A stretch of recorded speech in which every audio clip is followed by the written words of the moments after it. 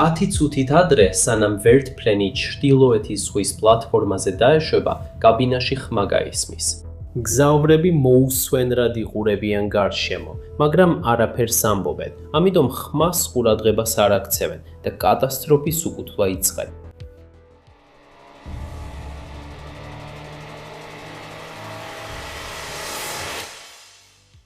ჩრდილოეთის ზღვა მკაცრი, არაპროგნოზირებადი და მომაკვდინებელია. ზამთარში ტალღები შეიძლება 15 მეტრზე მაღლა აიძიოს, რაც დაახლოებით 5 სართულიანი შენობის სიმაღლეა. ქარის დაბერვამ 87 კვანტზე მეტს მიაღწია, რაც მეორე კატეგორიის ქარიშხლის ძალას შეესაბამება. წყლის ტემპერატურა ოდნავ ყინვის ზემოთ რჩება, რაც ნებისმიერი ტიპის ავარიის შემთხვევაში გადარჩენის შანსს საკმაოდ ამცირებს. მაგრამ ამ საშიში წყლების ქვეშ უზარმაზარი ნავთობისა და გაზის საბადოებია, რაც ნიშნავს, რომ კომპანიები კაცებს გაგზავნიან, რათა ეს ენერგია მოგებისთვის გამოიყენონ. 1970-იან წლებში Brent Delta-სა და Fortis Alpha-ს მსგავსი პლატფორმები აშენდა ამ საბადოებზე ცდომისთვის. თითოეული პლატფორმა ასობით მუშას, ინჟინერსა და დამხმარე პერსონალს იდევს. თითოეულ პლატფორმაზე თავისი პატარა საზოგადოება, სანაპიროდან დაახლოებით 54 საზღვაო მილის დაშორებით. მაგრამ იქ ხალხის მიყვანა რთული იყო. გემები ნელა მოძრაობდნენ და მძვინვარე ზღვაზე იყვნენ დამოკიდებული. ზოგჯერ ერთი დღეც კი სჭირდებოდათ იმ მანძილის გასავლელად, რომელიც გზით 1 საათზე ნაკლებ დროს წაიღებდა. მუშების გადასაყვანად გემის ხარჯი გამრავლებული მგზავრობაში მყოფი მუშების რაოდენობაზე დიდ რაოდენობას დაკარგულ დროსა და ფულში გამოიხადებოდა. ვერტმფრენებმა ყველაფერი შეცვალეს. მათ შეეძლოთ ხალხის, ტვირთისა და საგანგებო ჯგუფების გადაყვანა 100-ზე მეტი საზღვაო მილის გადაკვეთა ღია წყალში სულ რაღაც 1 საათზე, ცოტა მეტ დროში. ისინი აუცილებელი გახდნენ სწრაფი ეკიპაჟის შეცვლისთვის, რასაც ნავები ეფექტურად ვერ უმკლავდებოდნენ. 1980-იან და 90-იან წლებში ვერტმფრენები ოფშორული ინდუსტრიის სიცოცხლის ხაზად იქცნენ. ყოველწლიურად 10,000-ობით ფრენას ასრულებდნენ ნორვეგიის სტავანგერიდან და ბერგენიდან, შოტლანდიის აბერდინიდან. ერთ-ერთი ყველაზე გავრცელებული ვერტმფრენი იყო Eurocopter AS322 Super Puma. ეს არის საშუალო ზომის მრავალფუნქციური მოდელი, 4 ბირითა და 2 ძრავით, გათვლილი 2 ეკიპაჟისა და 18 მგზავრისთვის. 2000-იანი წლების დასაწყისში ბევრმა ნავთობკომპანიამ აკრძალა უკანა შუა სავარწლის გამოყენება, რის შედეგადაც ტევადობა შემცირდა 18-დან 17 მგზავრამდე.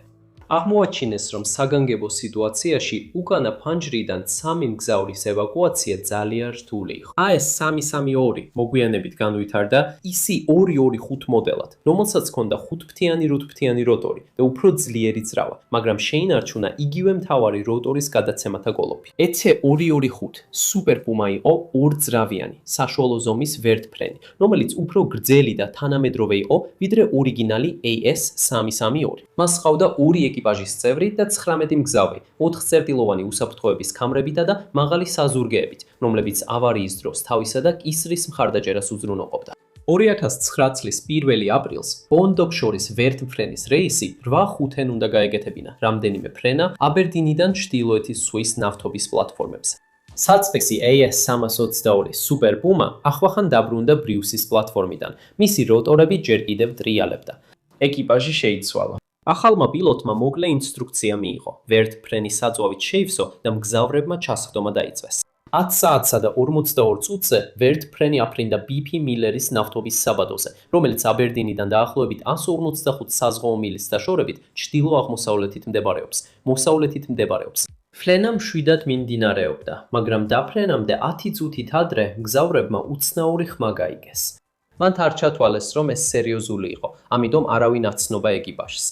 11 საათი და 49 წუთზე ვერტმფრენი BP-ის პლატფორმაზე დაეშვა. როტორები ჯერ კიდევ ტრიალებდა, მგზავრები გადავიდნენ, ვერტმფრენი შეივსო საწვავით და დაბრუნების რეისზე აბერდინში ჩასხდნენ ახალი 14 მგზავრი. ამინდი კარგი იყო, სამხრეთიდან სამხრეთ-აღმოსავლეთისკენ მსუბუქი ქარებით, მოწმენდილ ცასთან და რამდენიმე გაფანტული ღრუბლით. ფრენის პირობები მშვიდი იყო და ზღვა წყნარი.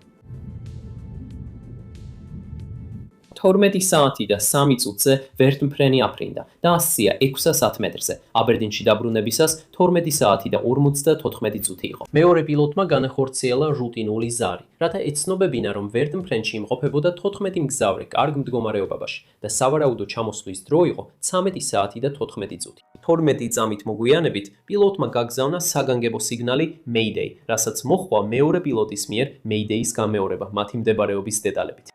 ვერტმფრენი მოკლე დავიდა 670 მეტრზე. შემდეგ მარჯვნივ მოდრიალდა და დაიწყო სწრაფი დაშვება.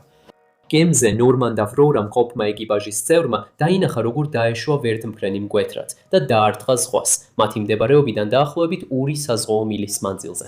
4 მთავარი როტორის პირი და ჰაბი გამოეყო და ახლომდებარე წყალში ჩავარდა. ამის შემდეგ აფეთქება მოხდა, რის შედეგადაც ჰაერში ნაცრისფერი კვამლი ავარდა, რომელიც მალე გაშავდა. ეკიპაჟის წევრმა განგაში ატეხა და ავრორა შოტლანდიის პიტერჰედის ჩრდილო-აღმოსავლეთით, დაახლოებით 11 საზღვაო მილის მანძილზე ავიაკატასტროფის ადგილისკენ შემობრუნდა. ნორმან და ავრორამ სწრაფი სამაშველო ნავი გაუშვა, როცა კატასტროფის ადგილისკენ მიემართებოდა. აბერდინში რადარის ოპერატორმა დაადასტურა Mayday და სცადა ეკიპაჟთან დაკავშირება. მან სთხოვა სხვა ვერტმფრენს, რომელიც მსგავს მარშრუტზე იყო, შეემოწმებინა სხვა იმ ადგილას, სადაც რეისი 8:05 ბოლოს გამოჩნდა რადარზე. სამაშველო ნავიც და ვერტმფრენიც მივიდნენ არეულ წყლის ზონაში, რომელიც დაახლოებით 150 მეტრის სიგანის იყო. მათ იპოვეს ვერტმფრენის ნამსხვრევები, 2 სამაშველო ტივი და 8 ადამიანი, რომლებსაც გადარჩენის აღჭურვილობა ეცვათ. გადარჩენილი არავინ იყო. სამძებრო და სამაშველო ჯგუფები ადგილზე 40 წუთში მივიდნენ და ამოიღეს მცურავი ნამსხვრევები. მეორე აპრილის საღამოს საზღვაო და სანაპირო დაცვის სააგენტოსთვის მომუშავე კვლევითმა ხომალდმა ზღვის ფსკერი მაღალი გარჩევადობის სონარით დაასკანერა. მეორე დღეს მან მთავარი ნამსხვრევები 100 მეტრის სიღრმეზე აღმოაჩინა. ფიუზელაჟი, მთავარი როტორი და კუდის ბუმი. სიღრმის გამო ავიაკატასტროფების გამოძიების ბიურომ დაიქირავა სატურაციული მღვინთავების სამაშველო ხომალდი, რათა ნამსხვრევები ამოეყვანათ. მე-4 აპრილს მღვინთავების მხარდამჭერი ხომალდი ადგილზე მივიდა. მომდევნო დღისთვის ფიუზელაჟიდან დარჩენილი 8 ცხედარი ამოიყვანეს. ფრენის მონაცემების ჩამწერი და კაბინის ხმოვანი ჩამწერიც ამოიღეს და ავიაკატასტროფების გამოძიების ბიუროში ფარნბოროში გაგზავნეს ნამსხვრევებთან ერთად ანალიზისთვის. დიდი ბრიტანეთის ავიაკატასტროფების გამოძიების განყოფილების გამომძიებლებმა სწრაფად გაამახვილეს ყურადღება მთავარ როტორის გადაცემათა კოლოფზე. როტორის თავი მთლიანად მოწყდა ფიუზელაჟს. ძრავები უვნებელი იყო და მართვის სისტემას გაუმართავობა არ ჰქონია. გადაცემათა კოლოფის შიგნით რაღაცა ისე ძლიერად დაიშალა, რომ კონსტრუქციამ ვერ გაუძლო. ვერტმფრენის ძრავები სწრაფად ტრიალებს, მაგრამ როტორები ძრავაზე უფრო ნელა უნდა ბრუნავდეს. სუპერპუმას ორმაგი ძრავები 23,000 ბრუნს ასრულებს წუთში, მაგრამ მთავარი როტორი დაახლოებით 265 ბრუნს აკეთებს წუთში. მთავარი როტორის გადაცემათა კოლოფი ძრავის სიჩქარეს დაახლოებით 87-ჯერ ამცირებს. ამავე დროს ათასობით ცხენის ძალას გადასცემს როტორის ღერძს. მას 2 განყოფილება აქვს. ქვედა განყოფილება, რომელსაც მთავარ მოდულს უწოდებენ, შემომავალი სიჩქარეს ამცირებს დაახლოებით 2400 ბრუნამდე წუთში. მის ზემოთ მდებარეობს ეპიციკლური შემცირების გადაცემათა კოლოფი, რომელიც სიჩქარეს კიდევ ამცირებს დაახლოებით 265 ბრუნამდე წუთში. ზედა მოდულის შიგნით მდებარეობს მეორე საფეხურის პლანეტარული გადაცემათა სისტემა. ცენტრალური მზის კბილანა ამოძრავებს რამდენიმე პლანეტარულ კბილანას, რომლებიც რგოლის კბილანაში ბრუნავენ, როცა მზის კბილანა ტრიალებს.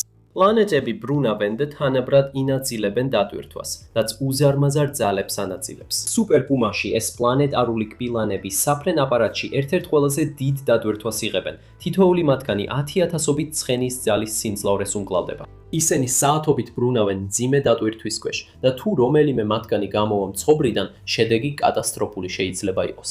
პრობლემების დროულად გამოსავლენად გადაცემათა კოლოფს აქვს ლითონის ნაწილაკების მაგნიტური დეტექტორები, რომლებიც ზედში არსებულ ბულ ლითონის ნამსხვრევებს აგროვებენ. თუ რომელიმე გადაცემის ბორბალი ან საკისარიცვებას დაიწყებს, დეტექტორები ლითონის ნამსხვრევებს დააფიქსირებენ და განგაში ჩართავენ.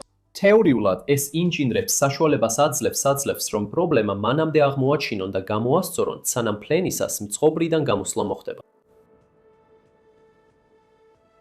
დაზიანებული ეპიციკლური მოდულის შიგნით გამომძიებლებმა მეორე საფეხურის პლანეტარული მექანიზმის ბორბალი იპოვეს, რომლის კიდეც გაბზარული იყო. მიკროსკოპულმა ანალიზმა გატეხილ ზედაპირზე მოღუნული ხაზები აჩვენა, რაც ადასტურებს, რომ დაღლილობის ბზარი ნელა ვითარდებოდა ფოლადში.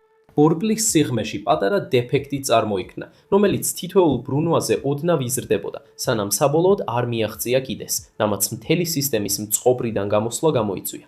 როცა კიდე გათხდა, ბორბალი დაიშალა, ფოლადის ნამსხვრევები მიმდებარე ნაწილებში გაიფანტა და გადაცემათა კოლოფი გაიჭედა.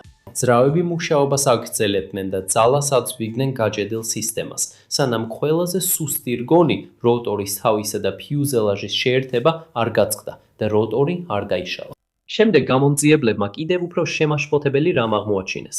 კატასტროფამდე 36 ფრენის საათით ადრე ჩიპის დეტექტორმა მიკროსკოპული მეტალის ნამსხვრევები დააფიქსირა, რომლებიც სულ რამდენიმე მილიმეტრის სიგანის იყო. მომსახურების ინჟინრებმა ისინი შეამოწმეს, მაგრამ რადგან ჩიპის ნამსხვრევების ინტერპრეტაციის პროცედურები გაურკვეველი იყო, უბრალოდ გაწმინდეს დეტექტორი და ვერტმფრენი ისევ ექსპლუატაციაში დააბრუნეს. არავინ იცნო, რომ ეს მეტალის ნაწილაკები პლანეტარული გადაცემის რგოლისგან იყო წარმოშობილი, რაც დაფარული ბზარის ადრეული გაფრთხილება იყო. ავიაკატასტროფების გამოძიების ბიურომ დისბიურომ დაასკნა, რომ მეორე საფეხურის პლანეტარული გადაცემის ბორბლის მწყობრიდან გამოსვლამ გამოიწვია კატასტროფა. დაღლილობის ბზარი განვითარდა და ნელ-ნელა გამოყოფდა ფრაგმენტებს, რომლებიც სერიოზულ პრობლემაზე მიუთითებდა, მაგრამ მკაფიო ინსტრუქციის გარეშე ეს გაფრთხილება შეუმჩნეველი დარჩა. კატასტროფის შემდეგ თვეებში ავიაკატასტროფების გამოძიების ბიურომ გადაუდებელი უსაფრთხოების რეკომენდაციები გასცა. ვერტმფრენის ოპერატორებს უთხრეს, რომ ჩიპ დეტექტორებიდან მიღებული ყოველი ფრაგმენტი სერიოზულ გაფრთხილებად მიეჩნიათ. შეიქმნა ახალი პროცედურები, რათა მეტალის ნამსხვრევების ანალიზის პროცესი გაუმჯობესებულიყო. შეტყობინება ნათელი იყო. მეტალის ნამსხვრევები გადაცემათა კოლოფში ჩვეულებრივი მოვლენა არ არის. ეს შეიძლება უკვე მიმდინარე კატასტროფული მწყობრიდან გამოსვლის ნიშანი იყოს. ინდუსტრიამ სწრაფად იმოქმედა. ევროპელმა რეგულატორებმა დროებით ექსპლუატაცია შეუჩერეს სუპერბუმა ელორიის ფლოტს. ფრენის ოპერატორებმა ბონდ ოფშორმა, CHC-მ და ბრისტოლ ჩაატარეს დეტალური ინსპექციები თავიანთი ვერტმფრენების. Airbus ჰელიკოპტერსმა გამოაქვეყნა ახალი სერვის ბიულეტენები, ხელახლა დააპროექტა კომპონენტები, განაახლა მეტალის ნაწილაკების აღმოჩენის სისტემები და ოპერატორები დაარწმუნა, რომ რისკი გააზრებული და შემცირებული იყო. 2010 წლისთვის, ერთ წელზე ნაკლებ დროში, სუპერპუმას ფლოტს კვლავ ფრენის ნებართვა მიეცა. ვერტმფრენები კვლავ შევიდნენ ექსპლუატაციაში ჩრდილოეთის ზღვაზე, ყოველდღიურად ასობით მუშას გადაჰყავდათ და ნდობა ფლოტის მიმართ ნელ-ნელა აღდგა. დღეს არსებობს ინდუსტრიები, რომლებიც ზრუნავენ იმ მამაკაცებისა და ქალების უსაფრთხოებაზე, ვინც ოფშორში მუშაობს. ამ უსაფრთხოების ტრენინგის ნაწილი არის HUID, ანუ ვერტმფრენის წყალქვეშ გაქცევის სწავლება, რომელიც ყველა ოფშორულმა მუშაკმა უნდა გაიაროს. ვერტმფრენის კორპუსს წყალში უშვებენ და თავდაღირა ადრიალებენ, რათა წყალში ავარიული დაშება გაასიმულირონ, ხოლო მონაწილეებს გაქცევა უწევთ. მგზავრებსა და ეკიპაჟს ბორტზე. სუპერპუმას ნამდვილად არ ჰქონდა შანსი წყალში გაქცეულიყო. შემდეგი ისტორიაც არაფრით განსხვავდება. 29 აპრილს 2016 წელს, 7 წლის შემდეგ, რეის 85N-ის შემდეგდე, CHC-ის მომსახურების ვერტმფრენი აფრინდა ჩრდილოეთის ზღვის ნორვეგიულ სექტორში. CHC ასრულებდა რეისებს Statoil ASA-ისთვის, რომელიც ახლა Equinor-ია. მათ შორის ბერგენის აეროპორტ ფლესლანდიდან Gulf Axis ნავთობის საბადომდე. ვერტმფრენი Airbus EC225 Super Puma, იგივე ოჯახის უფრო ახალი ვერსია.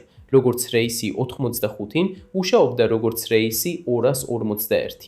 იმ დილით ეკიპაჟმა უკვე დაასრულა ერთი ორმხრივი რეისი Gulf Axis პლატფორმამდე და დაბრუნდა ფლესლანდში.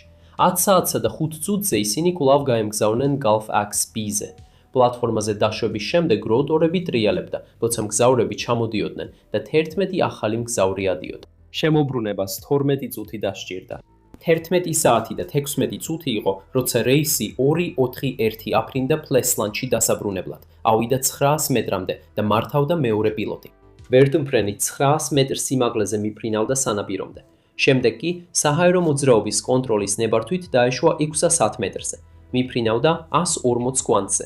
რამდენიმე წამში კი ძრავის ბრუნვის სიჩქარე მკვეთრად დაეცა. თავარი როტორი არასტაბილურად გადაიხარა. გაისმა მედალის ჭრიალი, შემდეგ ძლიერი დარტყმის ხმათმის ხმა, როტორი მთლიანად გამოეყო და ვერტმფრენი ბალისტიკური რგალით ვარდნა დაიწყო. მიწაზე მყოფმა ადამიანებმა, რომლებიც 1 მილის დაშორებით იყვნენ, გაიგონეს მეტალის ხმა და ზემოთ აიხედეს, სადაც ვერტმფრენი როტორების გარეშე ვარდებოდა. ზოგმა ახლომდებარე მოწმეებმა დაინახეს, როგორც ცილდებოდა ნაწილები. 8 მკვინთავი, რომლებიც დუროის ნავსადგურში კვინთვისთვის ემზადებოდნენ, ხმაური გაიგეს. 2 მათგანს ჩაფხუტზე კამერა ჰქონდა დამაგრებული, რომელმაც შემთხვევა დააფიქსირა. როტორის გარეშე ვერტმფრენი თითქმის სრულად მარჯვნივ გადაბრუნდა, შემდეგ მარჯვნივ მოდრიალდა, შემდეგ კი მარცხნივ გადაბრუნდა, როცა ცხვირი ვერტიკალურად დაეშვა. დაახლოებით 11 საათსა და 55 წუთზე ის დაეჯახა პატარა კუნძულ სტორის კიტელმენს, რომელიც დუროის მახლობლად ოიგარდენის მუნიციპალიტეტში მდებარეობს, რის შედეგადაც ყველა 13 ადამიანი ადგილზე დაიღუპა. დარტყმამ ვერტმფრენი გაანადგურა და ნამსხვრევების სხვევების უმეტესობა ზღვაში ჩაიცურა, რამდენიმე მეტრში ნაპირთან დაახლოებით 5 მეტრის სიღრმეზე გაჩერდა. საწვავის თეთრი ორთქლის ღრუბელი აიწია და აალდა, რამაც კუნძულზე ხანძარი გააჩინა. ნამსხვრევების საწვავი და ზეთი ხმელეთსა და ზღვაში გავრცელდა. მთავარი როტორი მოწყდა და ცალკე გაფრინდა. სტორსკორას კუნძულზე დაეშვა, რომელიც ავარიის მთავარ ადგილიდან 9 მილზე ნაკლებ მანძილზე, ჩრდილოეთით მდებარეობს. 11 საათსა და 57 წუთზე სადაზვერო თვითმფრინავმა შენიშნა კვამლი ამ ტერიტორიაზე და დაადასტურა ავარია. საჰაერო მოძრაობის მომსახურებამ დაუყოვნებლივ აცნობა სამხრეთ ნორვეგიის გაერთიანებულ სამაშველო საკოორდინაციო ცენტრს. 12 საათსა და 1 წუთზე შეჯახებიდან 6 წუთის შემდეგ მახშველები ადგილზე მივიდნენ. ავარიის ადგილს პირველმა მიაღწია მყარად გამაგრებულმა გასაბერმა ნავმა, ხოლო 1 წუთის შემდეგ მას 2 პატარა ნავი მიჰყვა. სოტროს სახანძრო სამსახური ადგილზე 3 მანქანითა და 6 თანამშრომლით მივიდა. 2 მეხანძრე პატარა კუნძულზე გადავიდა, მაგრამ აღმოაჩინეს, რომ სიცოცხლის გადარჩენის მცდელობა შეუძლებელი იყო. მალე ადგილზე ოიგარდენისა და ბერგენის სახანძრო სამსახურების დამატებითი ჯგუფებიც მივიდნენ. მათ შეუერთდნენ პოლიცია, ნორვეგიის შეიარაღებული ძალები, საჰაერო სასწრაფო დახმარების ეკიპაჟები და სამოქალაქო თავდაცვის დანაყოფები. 13 საათი და 5 წუთზე პირველი მკვინთავი წყალში შევიდა. ამოღების სამუშაოები ავარიისთანავე დაიწყო. 24 საათის განმავლობაში კაბინა, ხმოვანი ჩამწერი და ფრენის მონაცემების ჩამწერი ზღვიდან ამოიღეს.